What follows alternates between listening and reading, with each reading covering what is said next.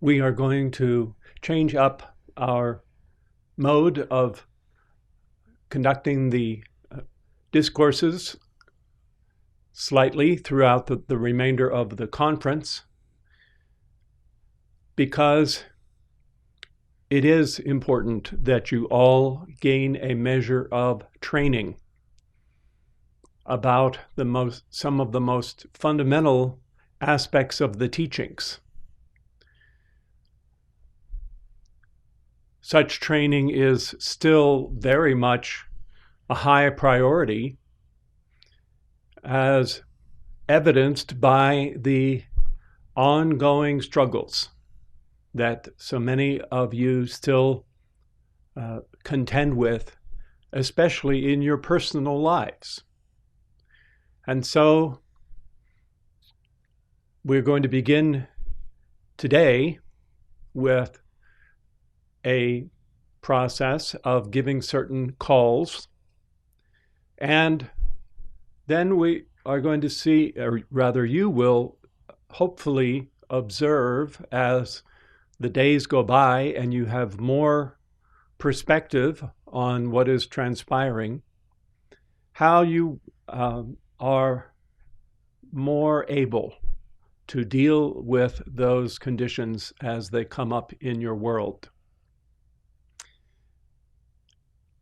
Now, Saint Germain has recommended that when you wish to work on a precipitation, that you put your plan down in writing, stated as simply as possible, so that you make a record for it in the outer. So, since that is something that is used to reinforce and make something stronger that you wish to come to pass, you will not really want to condense those human conditions any more than necessary. But maybe you can count them on one hand, thinking for yourself for just a few moments of 5 things in your life that seem to have been very resistant to yielding to the violet flame. Most of them should have to pertain to your own personal equation of your own life.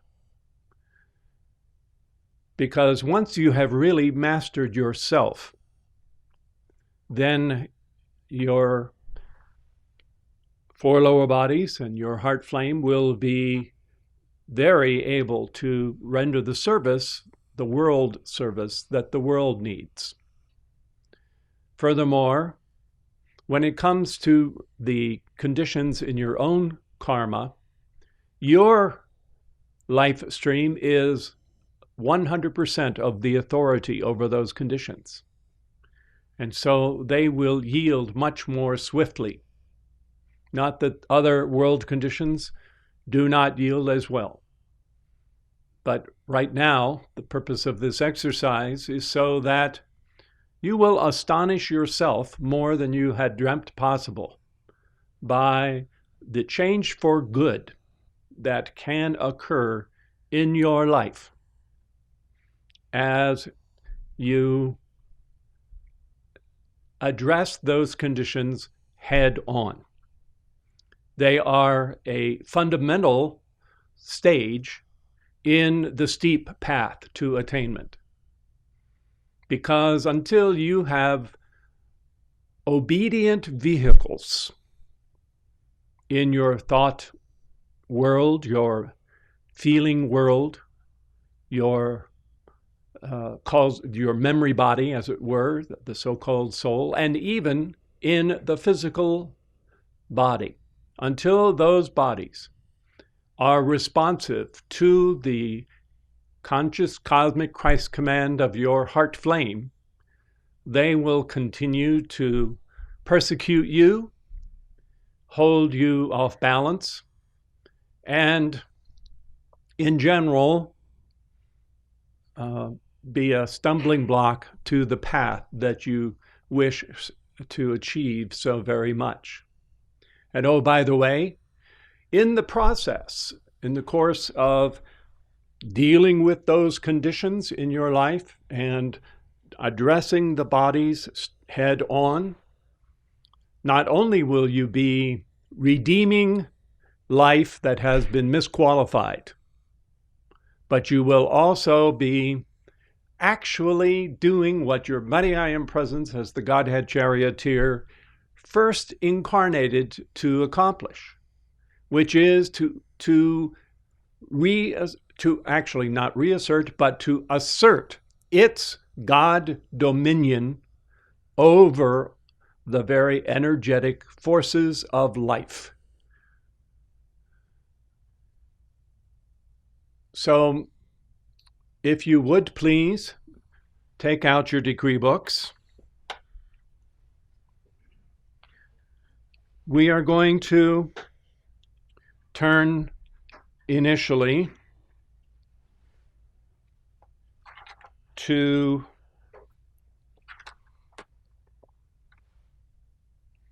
page 16 and 17. And then we'll eventually go back to page 14 and give a portion of page 14 at the very bottom of the page. Everything about this process has to be really in working order.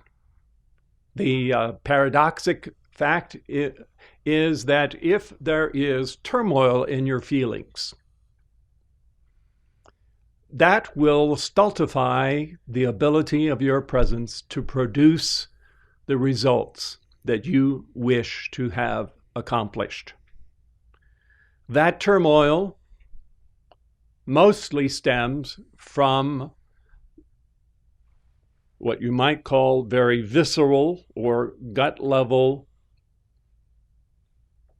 inbred fear and inbred doubt that has been karmically woven into your life stream's soul for numberless embodiments. Whatever might be those 1, 2, 3, 4, 5 specific things that you have identified within yourself, they have certain things in common about them. One thing that they all have and share is the fact that you yourself initially put the life of your mighty I Am Presence, invested the life of your presence into creating those conditions. It might have been done in ignorance as well as willfully. It probably was done without a realization that there were going to be consequences for what you did. For example, you may not have ever dreamt that there were such things as forces of life. You may not have understood the mechanism that is called karma, which means that such things have gone out from you by way of actions or feelings or thoughts, misqualifications of life. They've gone out into life. They've journeyed as far as they can, and then they have turned tail with the energy that they had, gathering more of their kind on their return journey. And they have all, one and all, come home to roost, as the saying goes. And as they have come back, they have continued to exert either a conscious or a subconscious power and pressure of misqualification, which pressure your consciousness is obliged to labor under. You're obliged to carry that cross of whatever that momentum might be. You then really did afford those misqualifications the power of God. And that power has continued and does continue to operate. Once it is set in motion, it will continue to flow. It really never dissipates, but continues to act until it either expends that energy by the way of suffering as a form of returning karma. And once that suffering has been emptied out, that will dissipate that energy. That's one of the ways that karma is balanced. The other way is, of course, the use of the violet transmuting flame and the power of divine mercy and forgiveness. So when you are dealing with these conditions, there is always an interaction of the power of God that is continuing to produce the unhappy consciousness that you experience in this regard. I brought along a little show and tell to try to illustrate this to you a little bit more dramatically. This is a simple demonstration of magnetics at work. These are atypical refrigerator magnets of different sizes and shapes. And you'll notice that some of them have a greater adherence power than others. Some of them are very difficult to even move around, others less so. These magnets stick to this piece of metal because the earth body herself has a magnetic field. And there are forces of that magnetic field that literally are causing these magnets to adhere to the metal. So there is power that is flowing, causing those things to hold on. Now, unfortunately, that is really the simplicity of what we call the soul or the memory body. Misqualifications go out, they turn around and come back, and they are magnetically accreted to the memory body. And so over numberless embodiments, they build up layer upon layer upon layer. But you isolate any one of them, and there will be a degree of the flow of power, which really is a form of God's life, and was given to you along the pathway of your crystal cord. The form of God's life has allowed these things to adhere to your world. Collectively, they create a layer of darkness in consciousness that blocks out the God consciousness of your mighty I Am presence. And you are like a hermit crab or some kind of a turtle or something else that carries around the shell of its own memory body that it is obliged to live within. Now, when you cease to identify yourself with these memories as being who and what you are, when you cease to identify yourself as being the thoughts that flit through your mind or the feelings that come over you, much less identifying yourself as being the physical body that you use, then you are left with being the heart flame, the so-called threefold flame, also known as the unfed flame. That is the part of you that is free of this bondage, symbolized by the magnets, and is tied to your true identity, the individuality which you are as your mighty I Am presence. So what we are going to do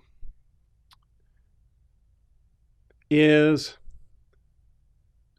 withdraw the investment of our sense of identity and selfhood from any of those four lower bodies, reinvest that same identification with the divine spark of our mighty I Am presence anchored upon the altar of our heart. And we are going to use that divine spark as a scepter of authority. And speaking in the name of our own God presence, we are going to speak directly to those 5 things or whatever it might be that we are aware of. And we are going to use the same power that we initially used, which is the power of our free will, which afforded those things God's life and energy in ignorance. And we are going to use our authority to withdraw the power that we have given to them. And as we give that command, you have no power, it is as if the magnetism that has caused these things to be so recalcitrant and unwilling, or our being unable to release them, that magnetic attraction ceases. The flow of life ceases, and these things fall of their own weight into the waiting arms of the violet transmuting flame, where they are the final dissolution and restoration of the white fire core of purity is returned to them. Today we're talking about, and we'll be continuing to stress, the things that we are aware of within ourselves. There are other, even more hidden and insidious qualities of human nature that we are oblivious to consciously. We'll deal with those as the week progresses. Anytime that you feel yourself susceptible to intimidation, you feel any quivering of fear or doubt about God's ability to take command over a situation, that is your signal not to postpone or wait until the opportune time of the next scheduled decree session. That is the time for you to pull out some of these calls, saying them silently if you are in the wrong environment where you can't say them out loud. But the idea is that you speak directly to those very things that have reared themselves up and claimed to be you, claimed to be real, permanent, insurmountable, and you say to those things, in the name of the great God flame, in the name of the unfed flame. When we speak of the great God flame, of course, we're speaking about the fountainhead of the great God flame in all that it represents at the level of that God consciousness.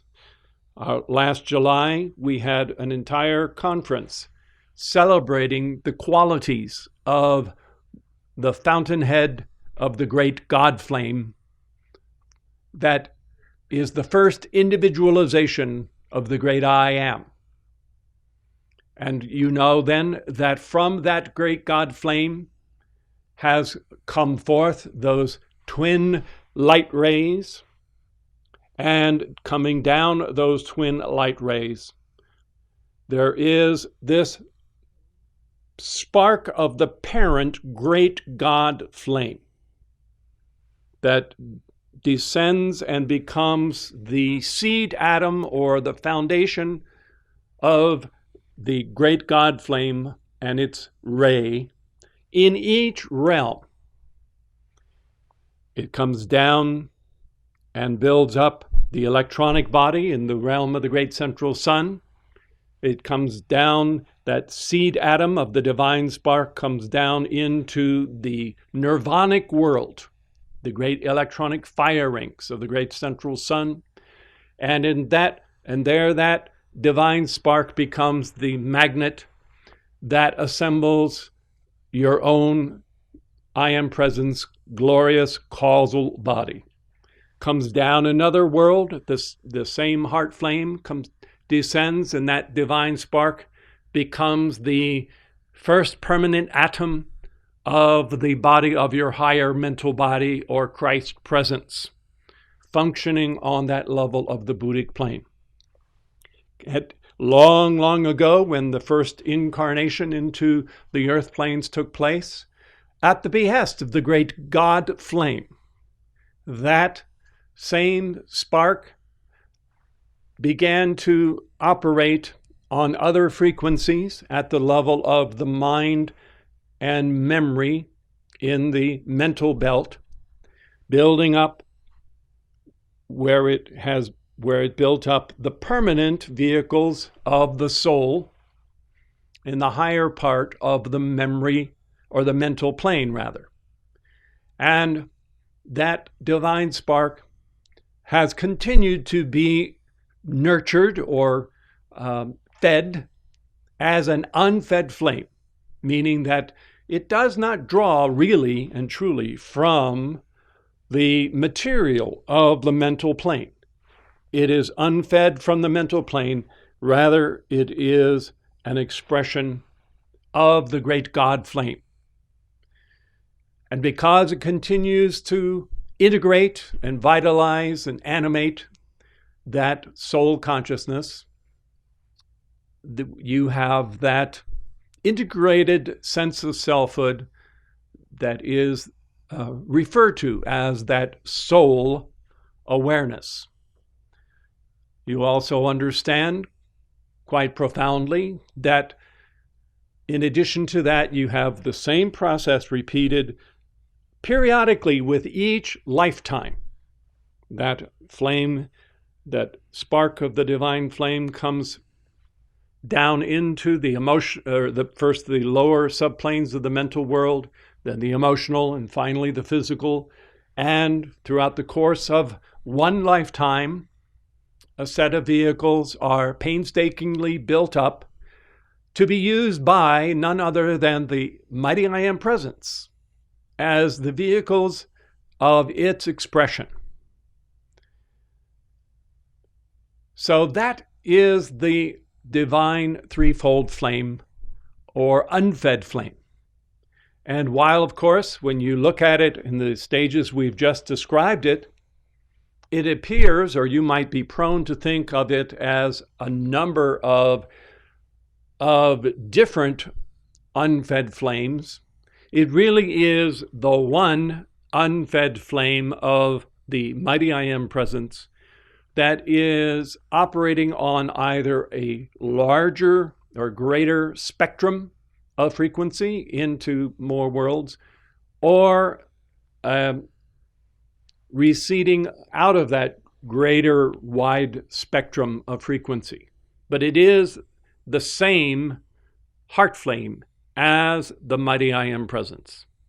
And it really is your God presence that is speaking through you as you give these decrees. These principles need to be committed to memory.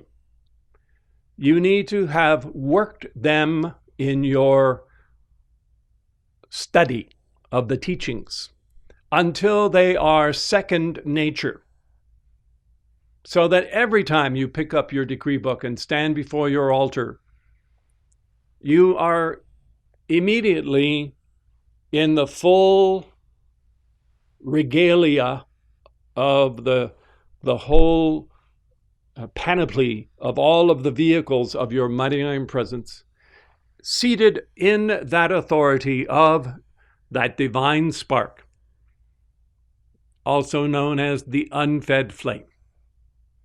And from that throne, that 3-in-1 of the threefold flame, that is the consciousness within you that speaks. So what is really speaking is your mighty I am presence. In that office, then, you speak. So long as the life stream is unascended, we refer to that divine spark as the threefold flame. We might refer to it as the unfed flame. In fact, when the teachings were first released, probably 98% of the time, the heart flame was described as the unfed flame that happened to have a threefold oneness of love, wisdom, and power. We'll get into this a little bit more. Right now, the one thing you want to remember about this threefold unfed flame is that although the phrase has been attached as a descriptor to that threefold flame, it's in subsequent times it was described as the threefold flame of life. This is somewhat unfortunate because it will lead you to think that your threefold flame is of the same ilk, of the same nature of life as the life that's flowing in your mind and your emotions, for example. So that might tend to set up a sense that it's life versus life, a sense of a tug of war going on. Because after all, it is the threefold flame of life that is trying to rule the life of the emotions, or rule the life of the mind, or the life of the physical body. Life versus life. Really, in fact, it is not. Your heart flame is of another transcendent order of magnitude and of another nature altogether. The heart flame is fully divine. It is wherever it is, even if it is but a spark, it is directly the heart flame of your mighty I am presence. It is the God self in action. And the proper relationship is that the God self is supposed to tell every other part of creation what to do. That is its role. And of course, your presence, like every other unascended mighty I am presence, has been given its own little microcosmic laboratory of life in which to perfect this process. And that is what all of you are doing at present, being in this world in the first place, is you have come down as the spark of your mighty I am presence, the heart of your mighty I am presence, to absolutely take dominion over life, to absolutely take dominion over matter. And the truth is that your presence is going to continue to incarnate until it's accomplished its purpose of obtaining that mastery. So that spark of that presence is the part of you that is giving the decrees. And that's why we say, in the name of the unfed flame, in the name of the great God flame. Because really and truly, that is where the authority is seated. When you have won your victory in the ascension, that which now your heart flame may be referred to as the flame of God, but after the ascension, that flame unfolds, or during the ascension, that somewhat what appears to be finite flame unfolds its intrinsic allness and its nature and exhibits more of what the parent great God flame is, so that in time it becomes its own full-fledged, unfolded, fully expanded God flame. And in that you have revealed the whole purpose of the divine incarnation in the first place. That first distinction, whereby you withdraw the investiture of the sense of who and what you are out of the bodies and reinvest that same identification with your heart flame as the God presence. That is most important. One of the other things that we will be drilling you on this week by way of training and practice is the sense that this work must ultimately be performed by whom do you suppose? By your own individual mighty I Am presence. Human beings who have bought into the lie that they are human beings, creatures created by a creator God, have also bought into the idea, even the best of students many times, have an understandable impulse that they need to be saved and are looking for someone to perform that service on their behalf. Of course, the whole history of the world is full of erstwhile saviors. Unfortunately, it is one of the temptations that Christianity itself fell into, which we'll touch upon also. The idea that you are too weak and impotent to do anything on your own behalf. And while that might be true of your four lower bodies, it is decidedly a lie when it comes to the divine spark of the individuality that is unique to your own mighty I Am presence that is within you. And you see, what has to happen on this path is that your presence must win its victory.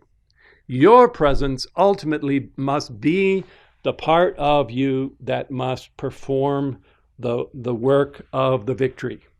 The brotherhood, the various ascended masters, they can be midwives, but you yourself must be the mother birthing your own divinity. And in giving these calls in the way that we're describing, you are fulfilling that imperative that your own God presence actually perform the service on your behalf to bring about the results that need to be brought about. What has often tripped up many of the students And even though they have heard this 1,000 times, is that what your mighty I Am presence would do for you. The law is that your mighty I Am presence must do that through you. So the very vehicles that often are in a state of inharmony, that are in such desperate straits, the daunting challenge for the presence, for the angels and the ascended masters, is that so long as there is turmoil in the emotions, so long as there is ignorance or stubbornness in the mind, as long as there is that inharmony and agitation, the presence light, even though it's released from the electronic body in answer to your calls, cannot be stepped down any lower than the Christ self. So that is why all the work really has to begin with establishing that bed of peace, harmony, well-being, fearlessness, right within the chalice of your four lower bodies. And that's where this addressing by your heart flame to the vehicles comes in. And you will discover, you absolutely will discover that as you center in that threefold flame, and rather than being like the proverbial ostrich and putting your head in the sand so that you don't have to be aware of the fearful things that might intimidate or scare, instead of doing that, you put on this armor of the Christ, this panoply of the Christos, and in the name of the unveiled flame, you speak directly to every one of those menacing conditions, and you say to them, you have no power. And one of the things you should remember about this is, from the Ascended Master's standpoint, and that is as well from the perspective of your own God presence, even when something has erupted into the physical, if it is imperfect, it is not real. It does not exist in the conscious awareness of your mighty I Am presence. It is simply part of the miasma, the illusory nature of misqualification. So even if something is outwardly manifest, doesn't mean that you have to crumple up in front of it and say, well, it's all over now. You can defy and must defy those appearances, declaring vehemently, if need be, that they are untrue, that they are unreal, that they have no power. And as Saint Germain said a long time ago, he and the other ascended masters, centuries and centuries and centuries ago, did that very thing, saying to all human creation, you have no power. And so today they are ascended. And those things, as far as those masters are concerned, have no power. And that is what you have the privilege of performing on your behalf, and then expanding to include all of the mankind of earth as well, that those things have no power. They will not be able to cling to your consciousness. You will withdraw the power that you have ignorantly invested in them in the past. And when you do so, they will fall of their own weight and density into the violet flame, where they will be swallowed up by the forgetfulness and the forgetfulness and the compassion of the love of God, erasing and annihilating all overlays of imperfection and letting that energy go back to the heart of God, where it will be basking in the love of the presence of God in the great central sun, available for use to every other part of life.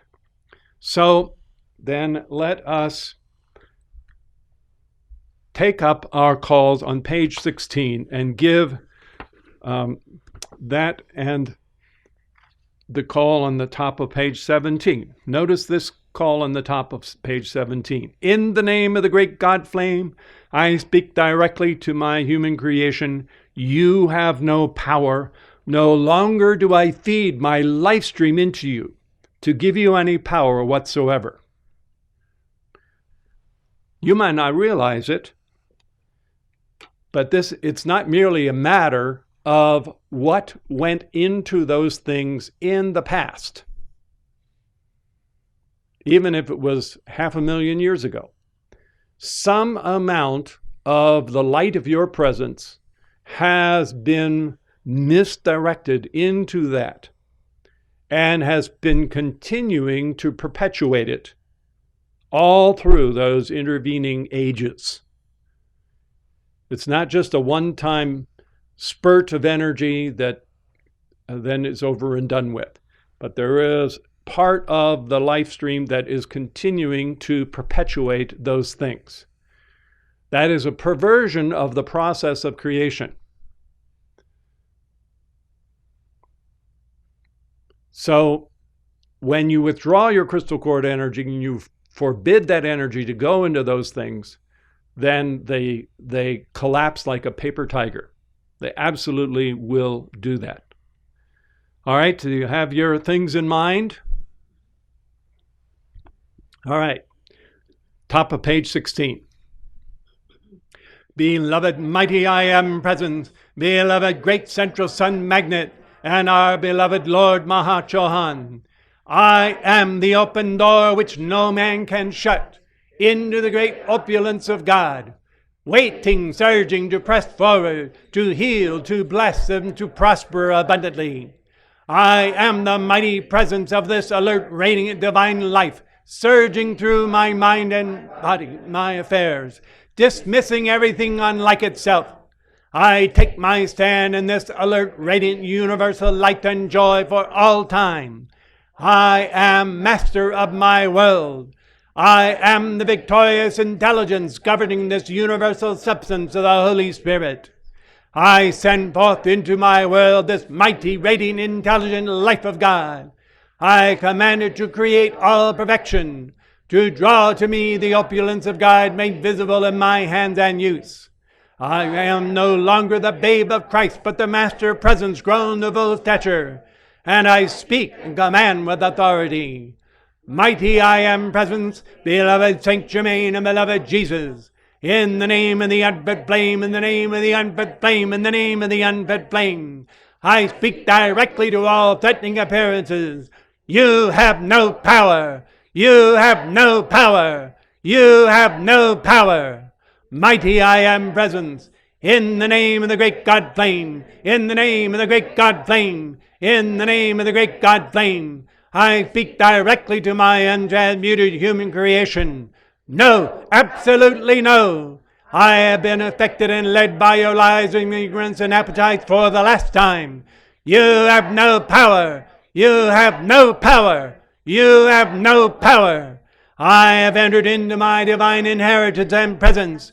Henceforth my attention remains there, fixed upon the perfection of my electronic body, and all the outer screaming for attention I no longer hear.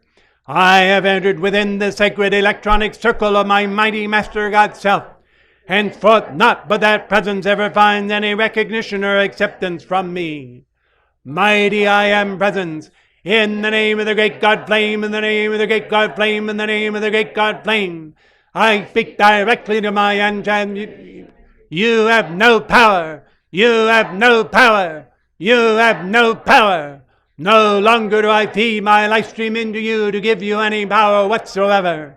Stop all agitation. Be quiet. Be calm. Now that point is settled. In the name of the great God flame which I am, I hereby forbid the divine life, light, and love of my crystal cord from feeding into the karmic momentums of my past. Mighty I am presence and beloved Jesus, I am the law of forgiveness. I am the violet transmuting flame consuming all my mistakes. Take command of me and my will. Great host of ascended masters and great angelic hosts of light, to thy Christ presence around me now. Hold such God dominion and God control of my feelings that I joyfully give obedience to your slightest requirement. You see that I do give that obedience. Mighty I am presence, take eternal supreme command over every pure and precious electron passing through my crystal cord. Hold all that energy and substance in my being and world, so charged with ascended master purity and harmony, that you maintain ascended master perfection within and around me forever. Mighty I am present. Charge my mind and body with your mighty directing intelligence. Charge me with your invincible protection. Pour forth your picturing divine love and harmony so powerfully through this body, that everything touching this thy radiance become like thee. Prepare the way before thee. Harmonize all that contact. See that I do not set forth any feeling of harmony. Take such command of my mind, body, and feeling world that only your power and intelligence act every moment. Seize control of my attention, my vision, and my emotional body. Seize control of my attention, my vision, and my emotional body. Seize control of my attention, my vision, and my emotional body.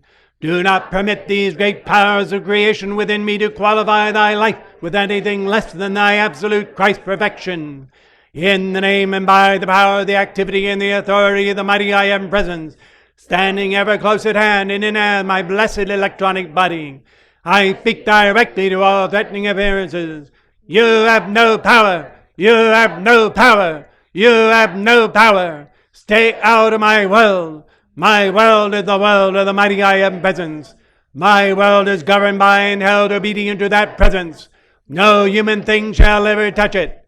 Henceforth I stand free, forever free from all human qualities and experiences. Now, if you would please turn to the bottom of page 14 to the last section.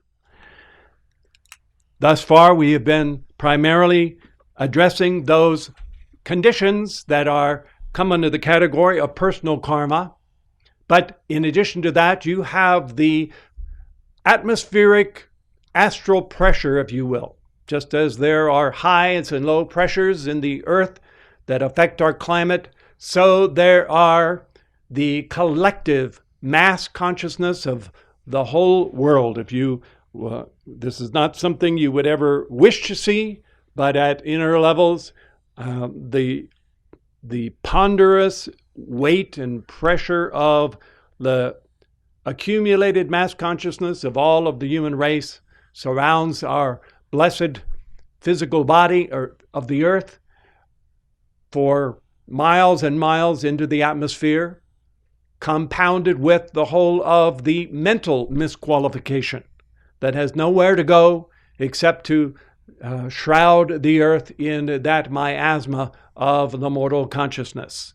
From time to time, that will build up, and there will be the whirlwind of those things attempting to batter down the citadel of your own harmony and your force field as riptides of thought and feeling of the mass consciousness.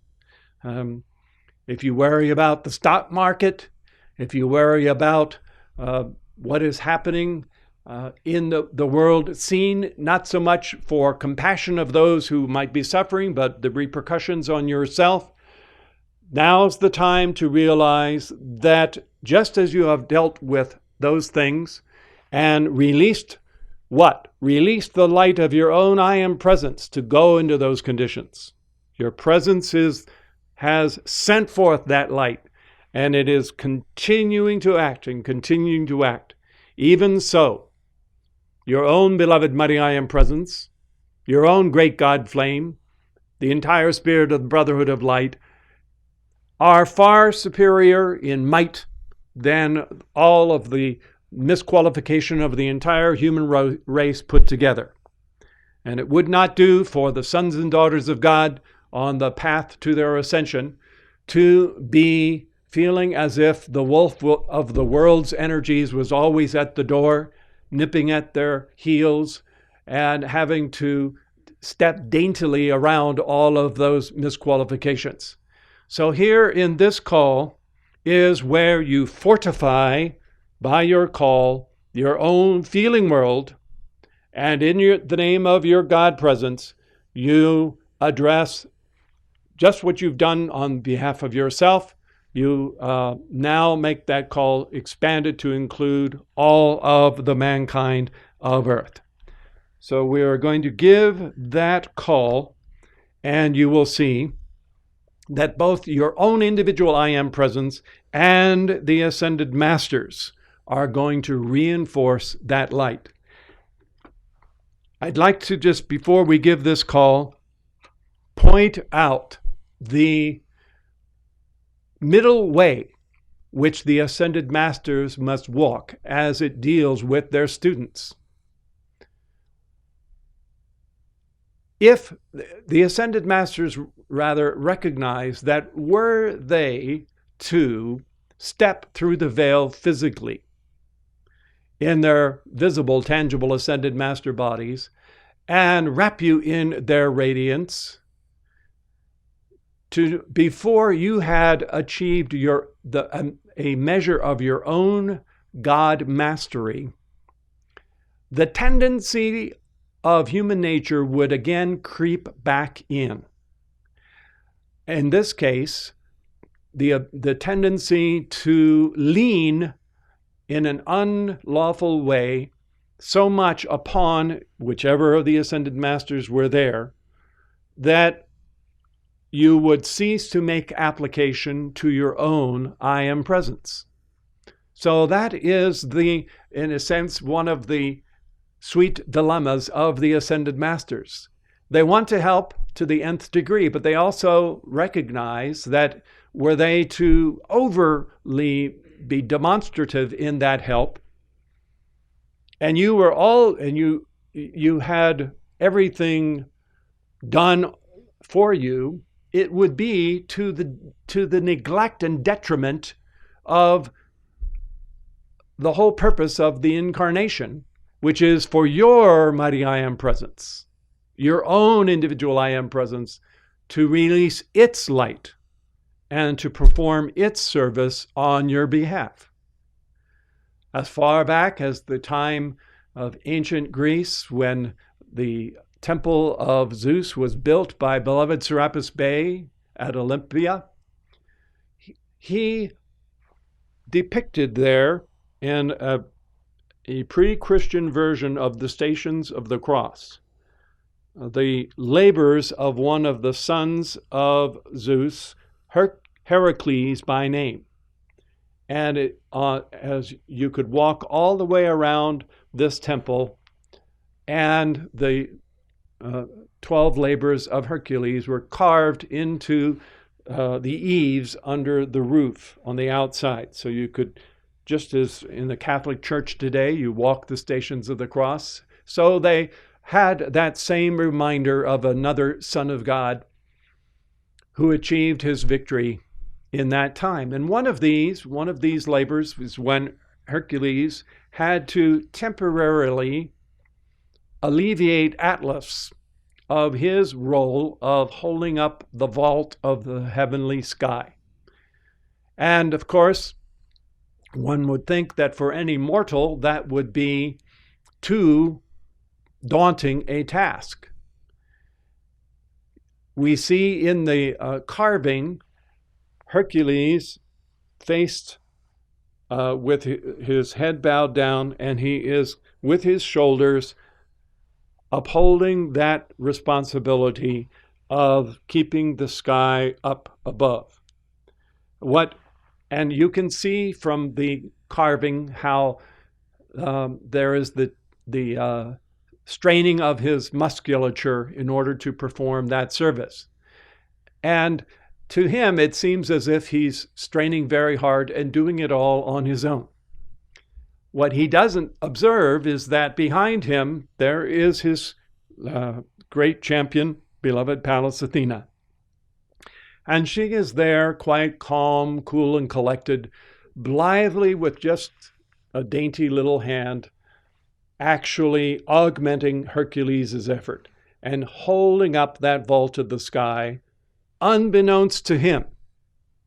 So that is in a sense, how the Ascended Masters accomplish this middle way of doing all that they can to assist you in your victory, but yet not doing it so visibly that you lay down on the job. That we'll get into that again in just a few moments, but that is unfortunately what has caused the downfall of efforts toward golden ages in the past, what has been the part of the downfall of many world religions, is that they have shifted off of their own shoulders the responsibility for gaining mastery and put it all on one key individual outside of themselves, who was going to be the be-all and the end-all, who was going to be the one that everybody pinned their hopes on and would perform that service for them. Of course, in today's scientific world, a lot of people no longer want to believe that there is God, or that a Son of God would be the Savior of the world. And so they have conjured up all kinds of government institutions and political figures and basically done that very same thing, made it the responsibility and the role of those entities, those institutions or personalities to save. That's never going to work.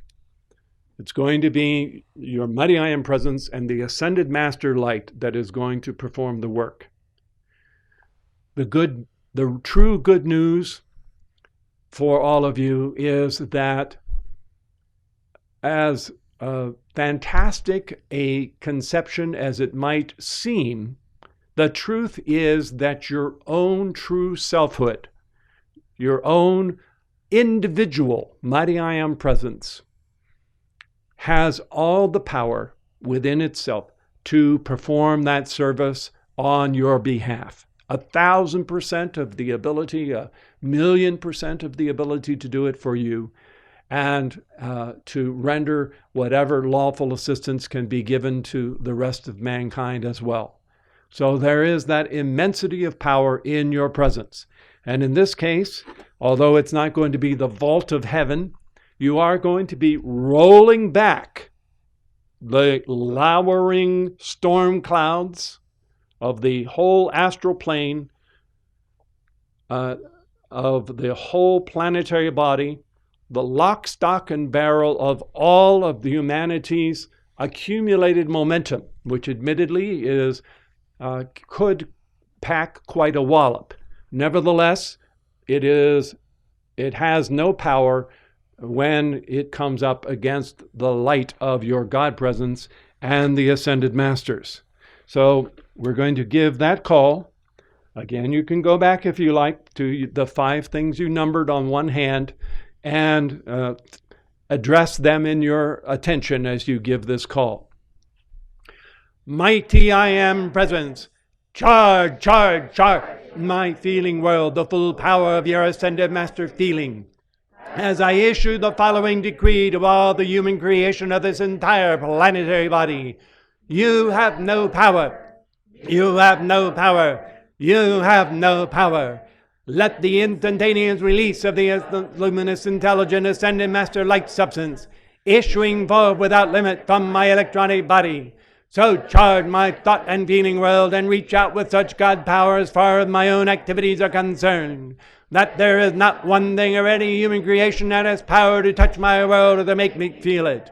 Mighty I Am presence, charge, charge, charge into my feeling world the full power of your Ascended Master feeling, as I issue the following decree to all the human creation of this entire planetary body. You have no power. You have no power. You have no power. Let the instantaneous release of this luminous, intelligent, Ascended Master light substance issuing forth without limit from my electronic body so charge my thought and feeling world and reach out with such God power as my own activities are concerned, that there is not one thing or any human creation that has power to touch my world or to make me feel it. Mighty I am, brethren, charge, charge, charge into my feeling world, the full power of your ascended master feeling, as I issue the following decree through all the human creation of this entire planetary body. You have no power. You have no power. You have no power. Let the instantaneous release of the self-limited, intelligent, ascended master light substance issuing forth without limit from my electronic body, so charge my thought and feeling world and reach out with such God power as far as my own activities are concerned, that there is not one thing of any human creation that has power to touch my world or to make me feel it. All right.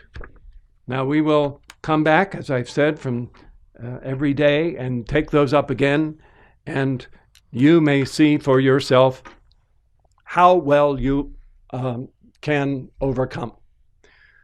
It might be that you are driving. It might be that you are otherwise engaged when things take a run at you, when they lurch and try to intimidate, try to instill fear or doubt, and you might not be in a position to take up your calls and give them in as much of the way that we have done them here today.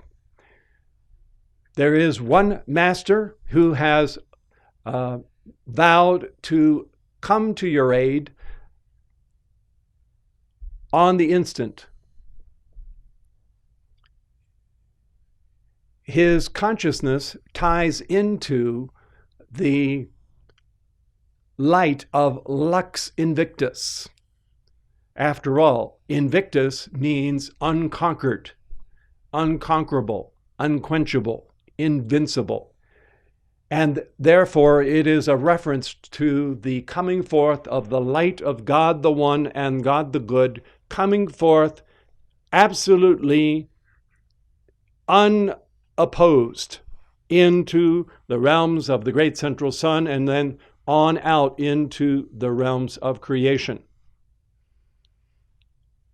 The master whose consciousness keys in to that light of Lux Invictus is, of course, your own beloved Mighty Victory. Coincidentally, one of the few masters who stood with Saint Germain in the faith that unascended mankind could keep alive the consciousness of the Mighty I Am Presence even in this outer world. And Mighty Victory has given you the opportunity to call to him very swiftly anytime anything less than ascended master perfection seeks to make an appearance in your world. Those conditions, by definition, are topsy-turvy. Would you agree that human creation is really an inversion or perversion of God reality? So it is upside down. So the call that he has invited you to make is, beloved Mighty Victory, take command of this entire situation, turn it upside down, and bring an ascended master miracle of your victory out of it. And of course, you're really turning it right side up because it's already upside down. So when you reverse it, you're repolarizing it to the divine. The beauty of that call is if you can train yourself the moment anything flashes across your consciousness, train yourself to actually pounce upon that appearance before it has a chance to build up a rolling momentum in your world. You will find that you keep good housekeeping in your own emotional household, in your own mental household, and you allow for the streaming forth of the light of your God presence to flow through you in answer to your calls. Thus far, we haven't really gone beyond the invocations themselves, the action of the immortal threefold flame, but of course there's the answer that comes forth from the electronic body. The light that knows no opposition, the light that is absolutely going to annihilate, that is to say, it is going to erase from the screen of life, the screen of manifestation, everything that is less than perfection. All right, back now to our main theme for this week on the steep path to Christhood. Surely, by now, all of you have made your peace with the fact that you have lived hundreds and hundreds of embodiments. And that the principles of karma are in fact part of the impersonal action of cosmic law. And as a consequence of that, you have had all of these embodiments where you did not know of your mighty I Am presence and the truth of cosmic law. You had whatever was the best that civilization could afford you at the time, whatever it might be. And of course, you've run the gamut of all types of levels of consciousness, of dogmatic thinking through all of those. Therefore, when it comes to the pernicious, that is to say, the hold that the memory body has, there are a number of undetected influences of that memory body on your heart flame. And we're going to talk about a few of those right now because they are really the most insidious foe of your realizing your path. Insidious because they go unidentified. Insidious because they work in the dark and subconsciously have a tendency to produce themselves over and over again. What are some of these factors? We've already alluded to a few of them. The first is this need to be saved by some other part of life. That goes hand in hand with the sense of being a human being. That your intrinsic nature of who and what you are as a human, as a mortal, is a human being. For some people in the world, that involves the plus factor of having a soul. For others, it involves being no more than the sum total of all of their physical cells, of their physical body. And when that expires and disintegrates, then they go out of existence along with the dissolution of that physical body. So if you are a mortal, if you are a creature, then clearly you are in no position to do very much for yourself. And you are utterly reliant upon something outside of yourself to be your savior. And that is very much a character trait of the mortal consciousness that has been pandered to for a very, very long time. It isn't unique only to certain segments of society. It is something that even the students of the light do have to deal with to a certain extent. In this Ascended Master activity, as the Masters have said time and time again, in this activity, the beloved Mighty I Am presence is the star. The presence is the identity that is featured, that really is held up to be the leader of all that goes on. And that is really not something that human beings are particularly acclimated to. They're used to dealing with people who they can see, either in the present tense, people who are alive that can be movie stars, celebrities, political figures, someone who is going to, they can hitch their wagon to those live streams and that's going to be the panacea that's going to make everything work out well for them. In past generations, it was a cliche that one of the purposes that women in society, before they could have careers of their own, their main goal in life was to make the right marriage and hitch themselves to the star of whomever their partner would be, and that would be how they would get on in life. So that is a very pernicious tendency within mortal nature. It comes about because of the psychological phenomenon that occurred with the fall from grace. Because up until that time, the mighty I Am Presence, through the agency of the heart flame, was to have been in charge of all the vehicles down to the physical body. And there were not supposed to be even a dual nature, but it was to be one selfhood that was using all of these vehicles all the way through to the vehicle of the great God flame. The electronic, the causal, the buddhic, and so forth, all of these were vehicles of consciousness, but there was one undivided self that integrated them all, that used them all. And in ways that we have spelled out in great painstaking detail on other occasions, the phenomenon occurred to where this artificial human self set itself up in opposition to the divine self. And it wanted to be separate. It wanted to have it wanted to pound its fist and say, I want to do it myself. I'd rather do it myself.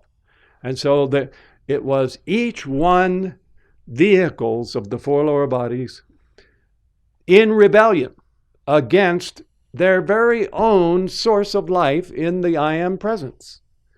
And here we began to build up this phenomenon of the dual self. And out of that, the strangest thing eventually happened. With all of the weakness of human nature, human beings being what they were, they really had to put up with what they had left over. And as the saying goes, they had to try to make a silk purse out of a sow's ear. They had to try to glorify what was really a pretty pitiable state of affairs. And so the trend became to actually have a sense of a false humility, a false sense of piety, that it was the only piety was in not identifying oneself with the divine nature, but to say, oh, God is God, God is holy and pure, and what am I but this weak, lowly thing that who am I that I should ever identify myself as a part of the Godhead? And unfortunately, that became institutionalized, codified, and it became, as they like to say, black letter law, to where God was God and human beings were human beings. East was east and west was west, and never the twain should meet. Part of the problem that Jesus ran into in Judaism is the fact that there was this very entrenched tradition that God was God and human beings were not. And the concept of the Old Testament Messiah was not a son of God. It was a member of the divine family.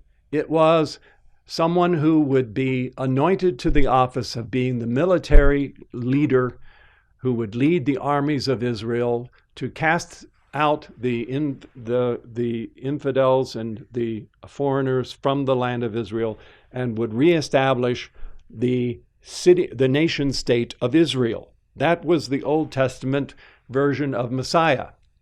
So when Jesus came along and quite blithely persisted on identifying himself as the divine Son of his heavenly Father, this was the worst blasphemy that could ever have been spoken by a so-called rabbi of the people of Israel. And they said so as many. And he was trying to break that mold during his lifetime. Unfortunately, as is so very often the case, no sooner had he left the scene than all those old patterns reasserted themselves. And the very thing that he came to demonstrate once and for all, which was what was the true nature of mankind, what was their true destiny, and the path that they were to follow. As soon as he had left, those who inherited the stewardship of his little infant church reasserted those old prohibitions all over again and made him out to be the somehow miraculous exception to the rule of mortality. So you have in Judaism, in Christianity, you have in the Muslim faith, all of those have this absolute impassable gulf between God and human nature. Buddhism doesn't worry about such things because they really don't have a place for God in their theology. So they have this persistence of identity, but not the Godhead at the head of it all. So there is that ingrained sense from so very long ago that all of you will have to unlearn, not only from the last 2,000 years of taking embodiment, but even longer than that. For it goes back hundreds of thousands of years and longer of reincarnating and believing this impression drawn from the five physical senses of being a very impotent, finite, mortal being in that nature. I wanted to just touch on a few of these points as they are celebrated as if they were actually wonderful things in one of the books that by popular acclaim must be one of the bestsellers of the last decade or so. It's a modern Protestant minister, I'm sure he means very well, who has put into 21st century jargon the same principles of the faith that have gone back for so very long. You will see after we talk about this a little bit why this is important for the steep path to Christhood.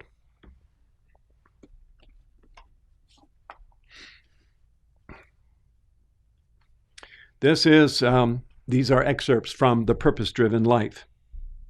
Self-help books suggest you try to discover the meaning and purpose of your life by looking within yourself. But Warren says that is the wrong place to start. You must begin with God, who is your creator, and his reasons for creating you. You were made by God, for God. And until you understand that, your life will never make sense. The whole theme of this book is the purpose-driven life. And finally, at the very end, he comes back to what those purposes are. And essentially, the first purpose is you were planned for God's pleasure.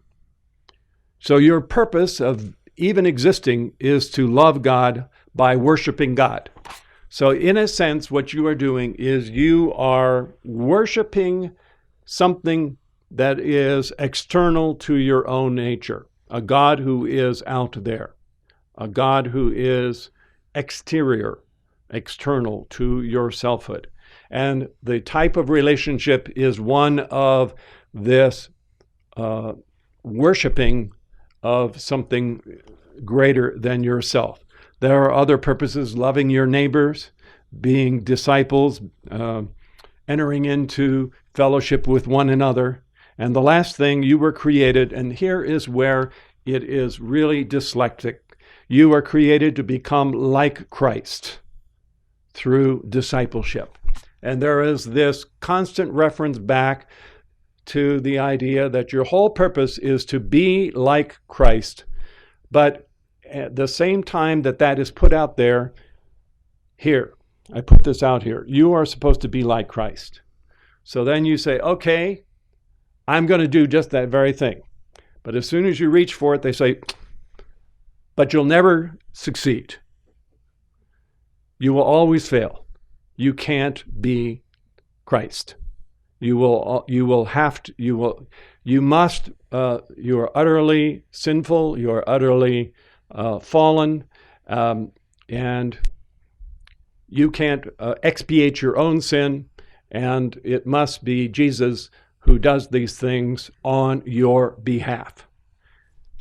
So that is the, as I say, dyslexic way in which the allurement or the attraction is drawn out there, but then it is always driven home to the nth degree that you are merely human beings. As he says in another place,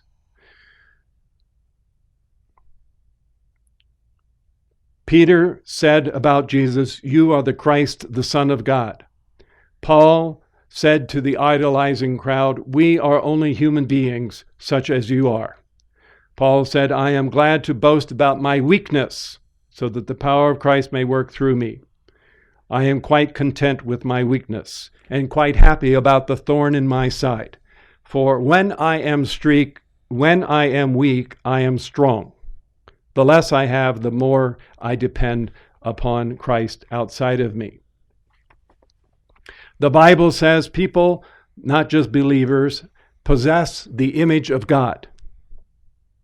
But the image is incomplete and has been damaged and distorted by sinfulness. So God sent Jesus on a mission to restore the image we have lost.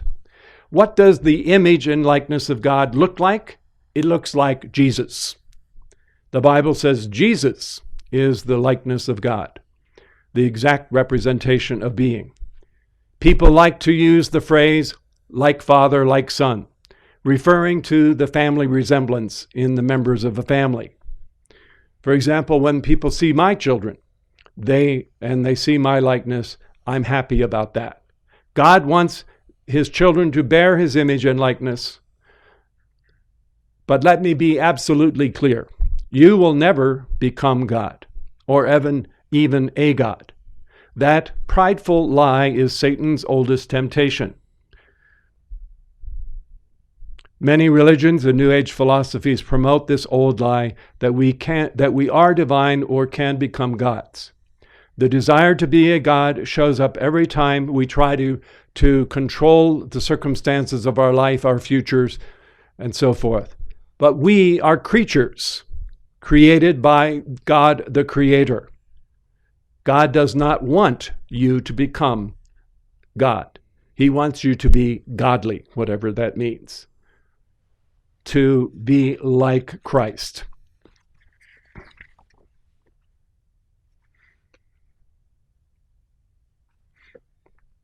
The last part of this that I'll just mention again in passing, that is there for all of Christianity, is that you have the idea brought over from most of the Bronze Age religions, including Old Testament Judaism, that because of the original sin of Adam and Eve, man was fallen as the dust of the earth, had this genetic coating of sin built into the very fiber of what it means to be a human being, which mankind were incapable of doing anything about themselves. The Old Testament remedy was scapegoats, sacrifices on the altar. Whether it was goats or pigeons or bulls or whatever it was, that those were the sacrifices that God would put your sin on those scapegoats, and that would pay the penalty for sinfulness. The main shift of the New Testament Christianity that evolved after Jesus was that instead of bulls and doves and rabbits and other creatures of the world, that Jesus himself was the one who would be the sacrifice that would vicariously expiate all of the sinfulness of the entire human race, past, present, and even future. And everything becomes pinned upon him in that way. So that deals with that psyche of the concept of needing a savior. We don't have the time necessarily here right now, but I will point out to you that Master Moria, when he first composed the I Come Bearing New Wine address, and when he modified his own writings in decades later, he was addressing this phenomenon, this tendency of human nature, which had appeared in various Ascended Master activities, to where some of the leaders of those activities became the new de facto Jesus for their followers, who would be the one who would serve that role on their behalf. And so we must understand that since the purpose of the incarnation of the Godhead Charioteers is to make a new Ascended Master in every case, then that mighty I Am presence is the part of life, the part of reality, that must perform the work on behalf of its own life stream. And although there can be much assistance by the Ascended Masters, nevertheless, ultimately, it does have to be the mighty I Am presence that performs that work. That is a challenging thing on the path, because there's always the tendency to want to rely on exterior sources. The truly magnificent, liberating truth brought by the teachings of the Ascended Masters is that role is to be played and is fully capable of being played by none other than your own beloved mighty I Am presence on your behalf. As recently as last night, when Lord Himalaya addressed you, he pointed out, he talked about the steep path, he talked about how you have to reach all the way and come to discover the level of God consciousness. And then he said, you have a guide for that steep path of ascent. Who was that guide? None other than each one's own I Am presence. That is the guide for each and every one of you. There are a lot more of these things that we won't have the time to go into right now. I think the main thing that you want to be left with is just how much engaged is your own I Am presence in your life, in the teeth of your life. After all, what happens to you affects the timetable of your mighty I Am presence. And your presence is very keenly involved in what goes on with your life stream.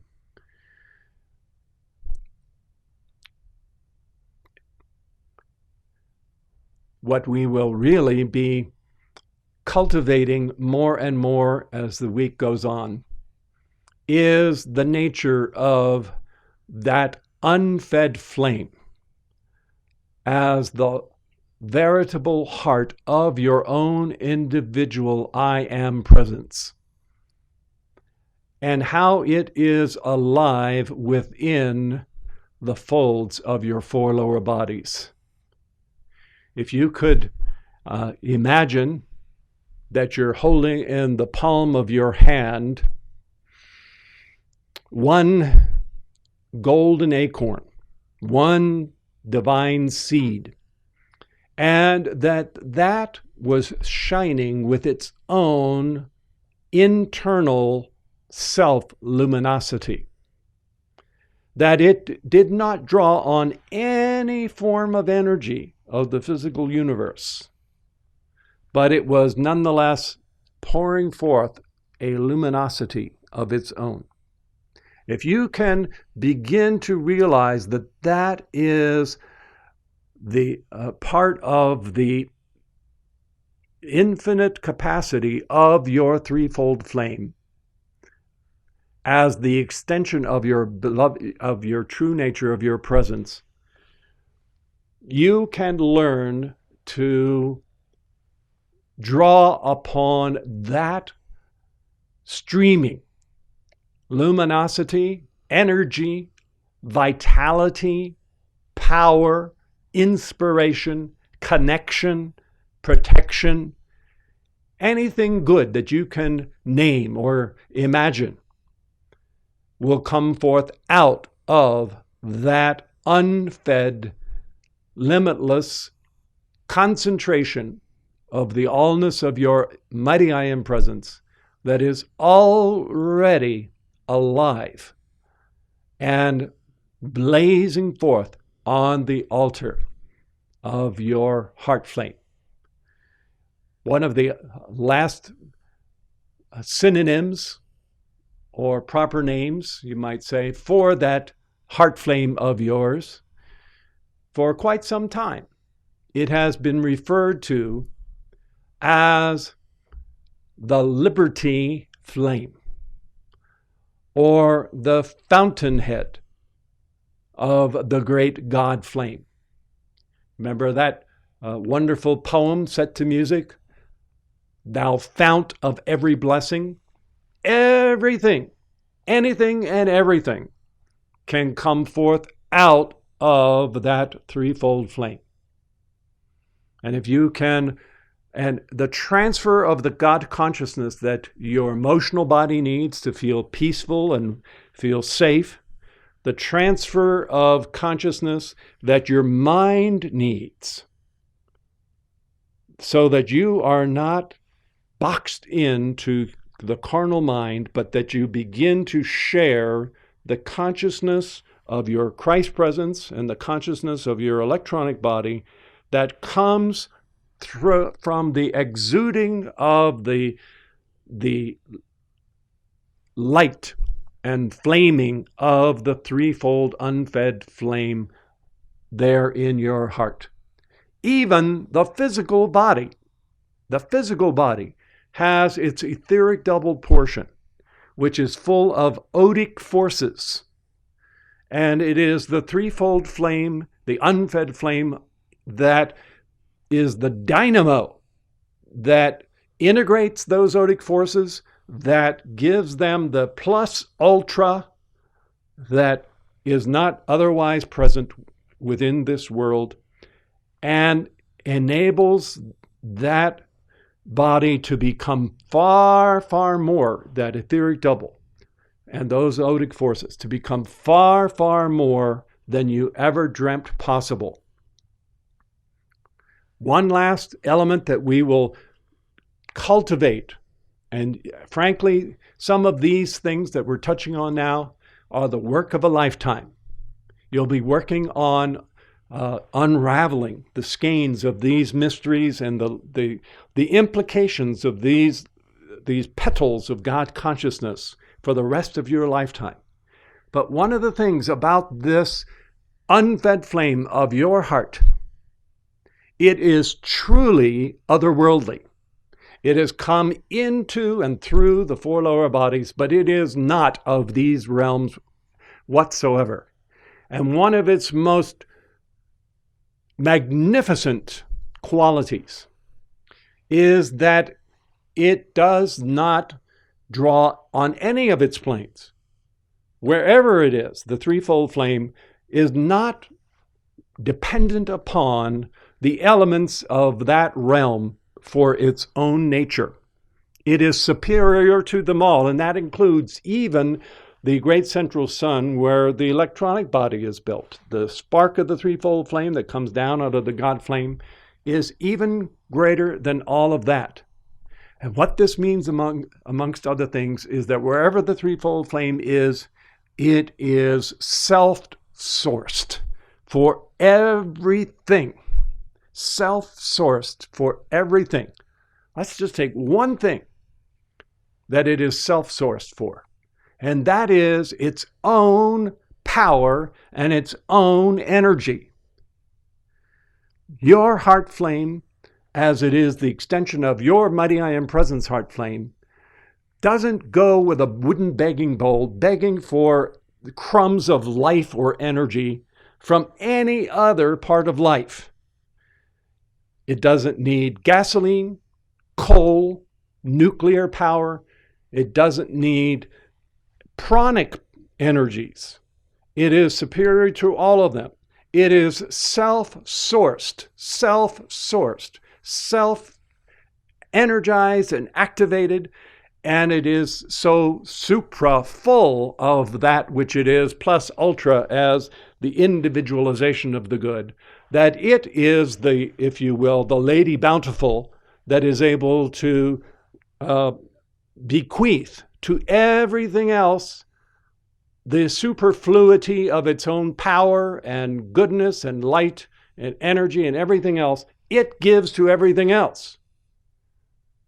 And that is already there on the altar of your threefold flame. Your job is to take that living coal, maybe it has a whole crust of gray ash around it. So first you've got to blow off the gray ash, and then you've got to breathe on that coal, and you've got to fan it so that it's not just a living coal. And first there'll be the first little flickers of the tongues of flame that come up. And it can be fanned, and it can be fanned, and it can be fanned, and you will never exhaust the ability of that flame to rise and pulsate and to billow forth. The greatest beings in the cosmos, the alphas and omegas of the cosmos, have more to unfold of their own threefold unfed flame, and to bestow that upon every part of life. So when your heart flame begins to flow like that, that is the beginning of the victory of your own mighty I am presence taking its dominion over your life stream. We'll have a lot more to say on that subject. By the decrees that you make, what you do is you create a little bit of breathing room for that flame so that it's not suffocated like a flame would be around a whole bushel basket full of wet leaves. You want to clear away that debris. You want to make room for that flame to really build up its own rolling momentum of God consciousness. All right, we'll stop there and take a break and return shortly. Thank you.